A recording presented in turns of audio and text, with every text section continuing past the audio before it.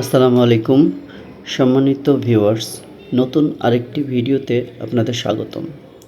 আজকে ভিডিওটা তৈরি করছি একটু অন্যরকম বিষয়ে।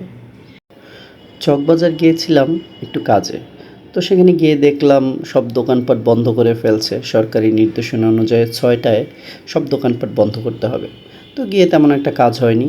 তো মাগরিবের সময় নামাজ পড়ার জন্য মসজিদ খুঁজতেছিলাম। খুঁজতে, খুঁজতে এই দৃষ্টিনন্দন মসজিদটি চোখে পড়ল। এটা হচ্ছে ঢাকার কেন্দ্রীয় কারাগারের মসজিদ। মসজিদটি ডেকোরেশন এবং অন্যান্য সকল বিষয়ে এত সুন্দর যে দেখতেই পাচ্ছেন, অসাধারণ। তো যখন আমি মসজিদটিতে নামাজ পড়লাম, নামাজ পড়ার পরে মনে হলো যে একটা ভিডিও তৈরি করে সবাইকে দেখার সুযোগ করে দেই।